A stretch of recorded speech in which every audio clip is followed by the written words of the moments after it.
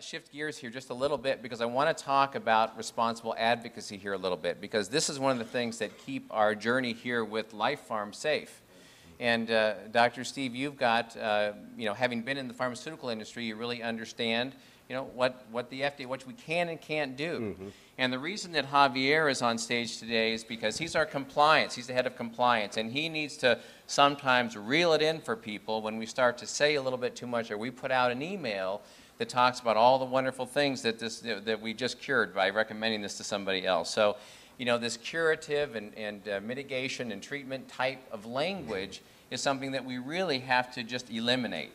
And so what I'd like to do is for Javier, for you just to take a moment and explain to people the role that you play in helping to, I guess in one way I'd say police, what's happening out there, and also understand that while we are advocates with our product out to the world, he is an advocate for all of you in making sure that you have something here over the long term.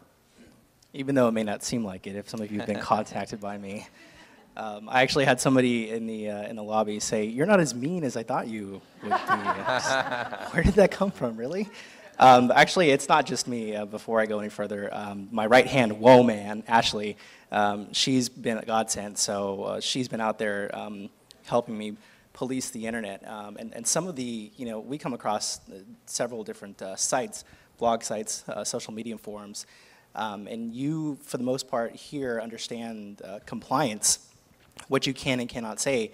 And as you come into the business, it is your responsibility as a consultant to educate those people that come in, to let them know, look, this product is amazing, and you can basically say, look, take this product, call me in 30 days. If it doesn't work for you, I'm going to get your money back. But you won't call me in 30 days. You'll call me in 2 weeks asking me to buy more. That's how amazing this product is. And if it wasn't that amazing, we wouldn't have this many people here. But for example, some of the things that we do see, and we had one incident over the past week. We had a consultant who felt that because she was not living in the United States that she could say whatever she wanted to, and she said whatever she wanted to. Laminine, just in case you guys don't know, according to this website, cures cancer, cures diabetes, cures. I'll get that on record, Javier. Cures everything. So when we contacted her, she said, "I don't live in the United States.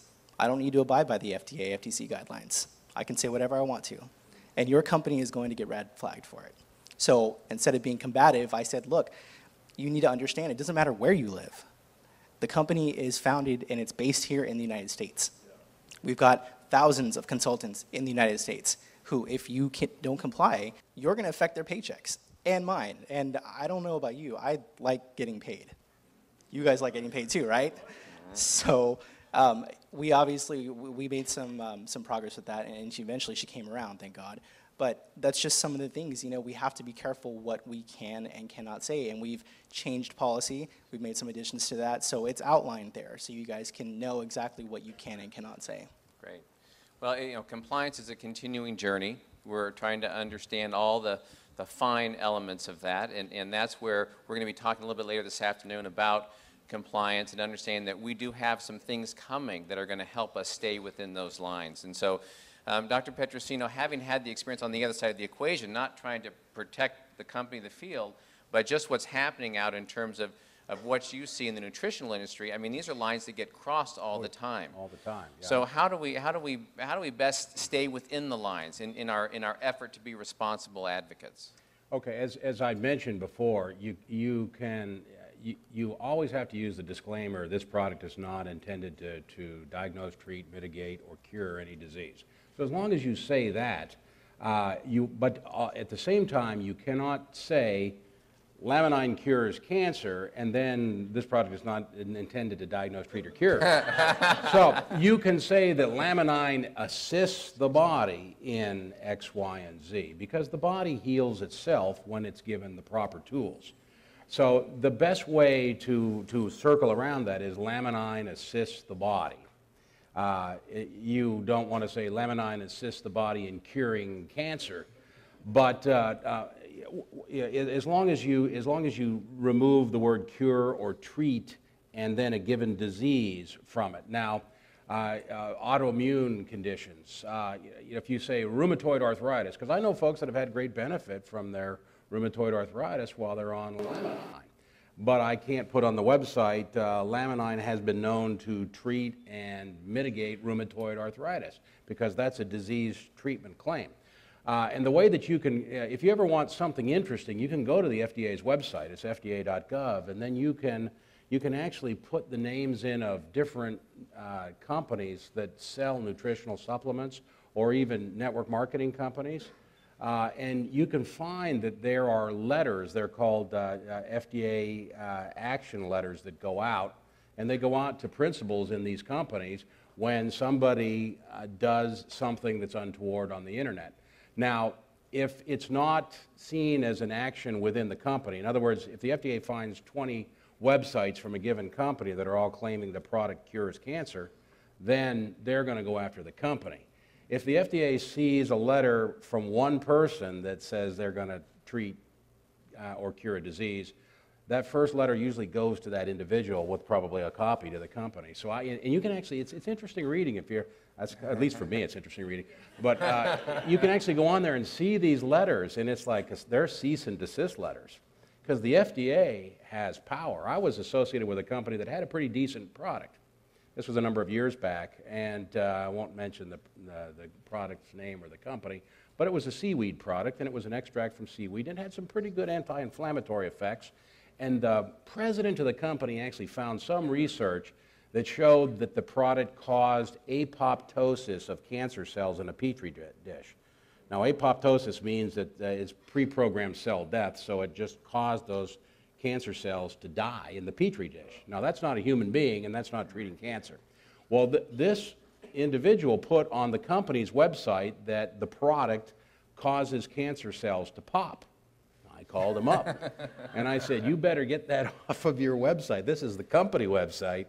And first of all, apoptosis isn't popping. It's, you got it wrong there, too. But, and they were cells in a petri dish. So in other words, you're implying this drug is effective in treating cancer. And I said, you will hear from the FDA. And he said, well, we have the science to back it.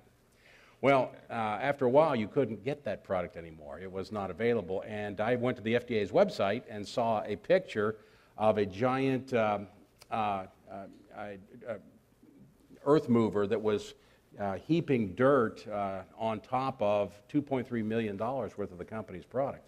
So the FDA does have a sting, and if you ignore them, they can go and they can seize all the company's product, and they can bury it in a landfill somewhere with impunity. So we don't want that to happen to our product. Good reason to pay attention. Yeah, so pay attention and don't make any claims. Okay. So.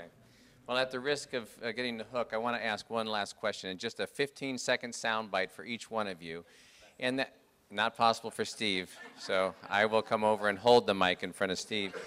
But in a 15-second soundbite, each one of you in your own specialty and as practitioners and people of science, you obviously got stirred up when you heard about Laminine or you tried Laminine. What would be a 15-second thing that you could just share with the people out here today that got your attention? Because I think a lot of people, and I'm speaking from people in the field's perspective, going, gosh, I would love to talk to my doctor. If we're going to change the world, we have to affect the current medical model. We have to help with that transition.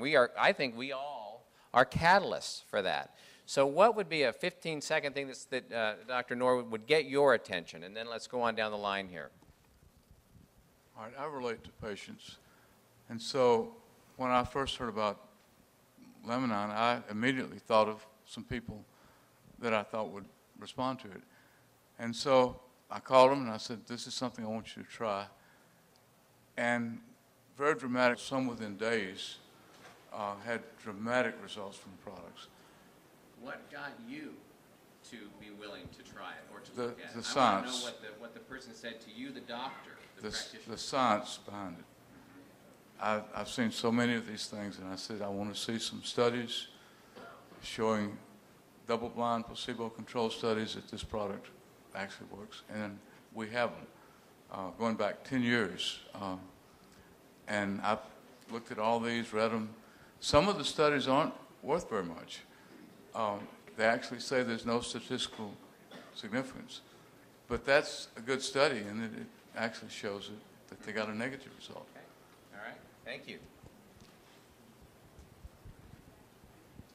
Well, I think I kind of already had the science because I'd studied serotonin for so many years with Dr. Robert L. Pollack. So, you know, what got my attention about it was the word pain. In nutraceuticals, we have not had anything effective against pain with the exception of large doses of L-tryptophan, which in high doses can be risky. And so when I saw we had a whole food amino acid supplement that was clinically proven to elevate serotonin levels, that's what piqued my interest. My son was in a near fatal car wreck 3 years ago, and so for over 3 years he's been dependent on oxycodone and then sleep medications and anxiety medications for the side effect of controlling his pain. And it's not, I mean control, it's not gone. You don't understand. It's not like he's out there swinging from tree to tree. It's still bad, but he can function. And so for me, it was about finally having a natural form of serotonin builder that could help regulate his pain and all of my other clinical clients, because it's something that we deal with on a daily basis. Okay. 15 seconds, Steve, if you can. You're quiet. Say first I forgot, now he forgot. None of us have body by the 15 seconds yet, so but You anyway, have I'll to. stand up because I can talk faster. So anyhow, for me, and my time's already up down there, and I haven't even started yet. But for me, what I think, I didn't try it first before I was recommending it to people because I travel a lot, and my primary occupation, I'm a field-based scientist, and I cover like a multi-state area. And it was probably 3 weeks before I even had a chance to get back home to try the product that I'd ordered.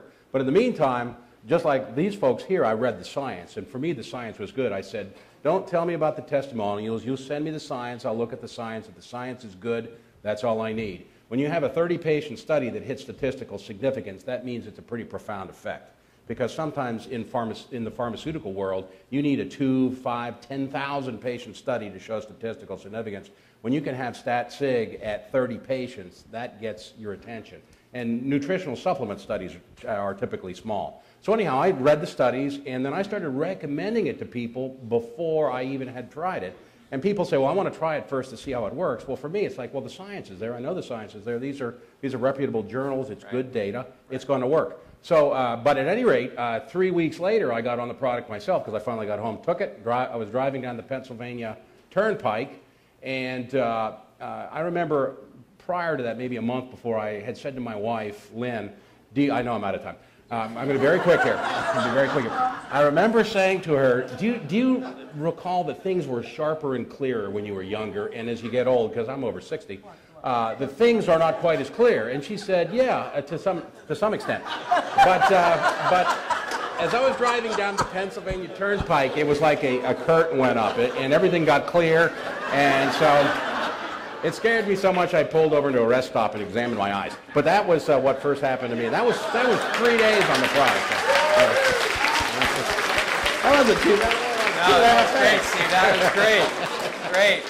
Well, I want to thank all the doctors and the professionals here that have shared their time and energy with us. Really appreciate it, Dr. Norwood, Rena Davis, Dr. Petrosino. Thank you, Javier. I'm looking forward to this afternoon. Let me turn this back over to you, Dr. Kim. Thanks, Dr.